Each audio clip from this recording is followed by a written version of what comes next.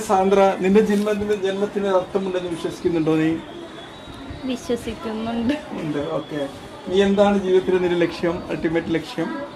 പറയൂ. പ്രത്യേകിച്ചൊന്നുമില്ല. പ്രത്യേകിച്ചില്ലെങ്കിൽ നമ്മുടെ ജീവിതത്തിന് വ്യക്തമായിട്ടൊരു ലക്ഷ്യം വേണം. ഓക്കെ. അപ്പൊ നമ്മൾ ഈ ജന്മദിനം പ്രമാണിച്ച് നമ്മുടെ ജീവിതത്തിന്റെ ഒരർത്ഥം, നമ്മളെപ്പോഴും രാവിലെ എഴുന്നേൽക്കുന്ന ഒരു ഓട്ടോ പൈലറ്റിനെ പോലെയാണ്. ഓട്ടോ പൈലറ്റ് വണ്ടി ഓടിച്ചാൽ എന്തായിരിക്കും? ആ വിമാനം ഒരു ലക്ഷ്യമില്ലാതെ മുന്നോട്ട് പോകും. ഇപ്പൊ സാന്ദ്രനെ കുറിച്ച് പറഞ്ഞാൽ സാന്ദ്ര ഒരു ഓട്ടോ പൈലറ്റിനെ പോലെ തന്റെ അമൂല്യമായ ജീവിതത്തിന് ഒരർത്ഥമുണ്ടെന്ന് വിശ്വസിക്കാതെ എന്തോ ആയിട്ടൊക്കെ ജീവിച്ചു പോവുകയാണ്. അപ്പൊ സാന്ദ്ര, ഇന്ന് തൊട്ട് ഈ ജന്മത്തിൽ നീ പുതിയ ലക്ഷ്യങ്ങൾ നിർണ്ണയിക്കണം. ഓക്കെ. അപ്പൊ അത് കണ്ടെത്തുക. നിന്റെ ജീവിതത്തിൽ നിനക്ക് ഏറ്റവും ഇൻട്രസ്റ്റ് ഉള്ള കാര്യങ്ങൾ പറഞ്ഞാൽ മതി കേട്ടോ.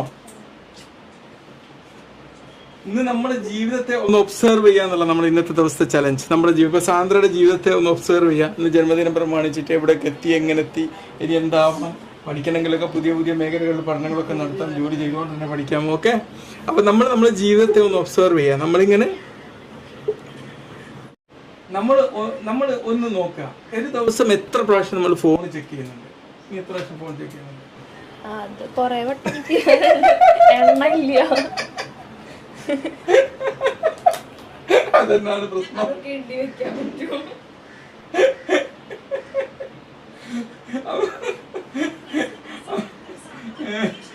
അതുപോലെയാണ് നമ്മുടെ പ്രശ്നം. നമുക്ക് എന്താണ് ഇവിടെ നമ്മൾ ഫോണൊക്കെ നോക്കി നമ്മുടെ സമയം വെറുതെ വേസ്റ്റ് ആക്കണം. ഓക്കെ. അപ്പൊ നമ്മൾ ശ്രദ്ധയോടെ ജീവിക്കാം. എന്നിട്ട് എന്ത് ചെയ്യാം?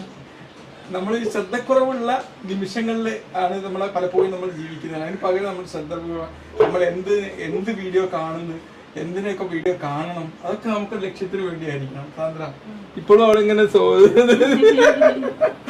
സ്ക്രോൾ ചെയ്തോണ്ടിരിക്കുകയാണ്. അപ്പഴേ നമ്മുടെ ജീവിതത്തിന്റെ ഒരു അർത്ഥം നമുക്ക് തിരിച്ചറിയാൻ പറ്റുള്ളൂ.